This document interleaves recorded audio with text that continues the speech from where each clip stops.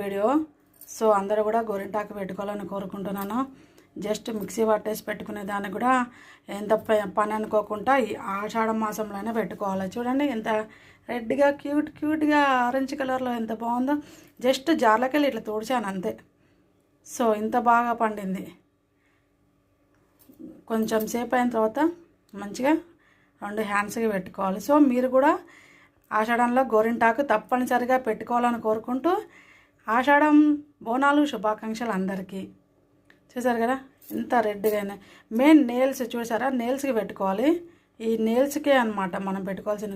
Nail లోపల నుంచి మనకి చల్లదనం అనేది ఉంటుంది. ఏదన్నా సరే మనకి మంచిగా యాంటీ బ్యాక్టీరియా అనేది మన గోర్లలో మనకు కనపడకుండానే ఉంటాయి సూక్ష్మజీవులు.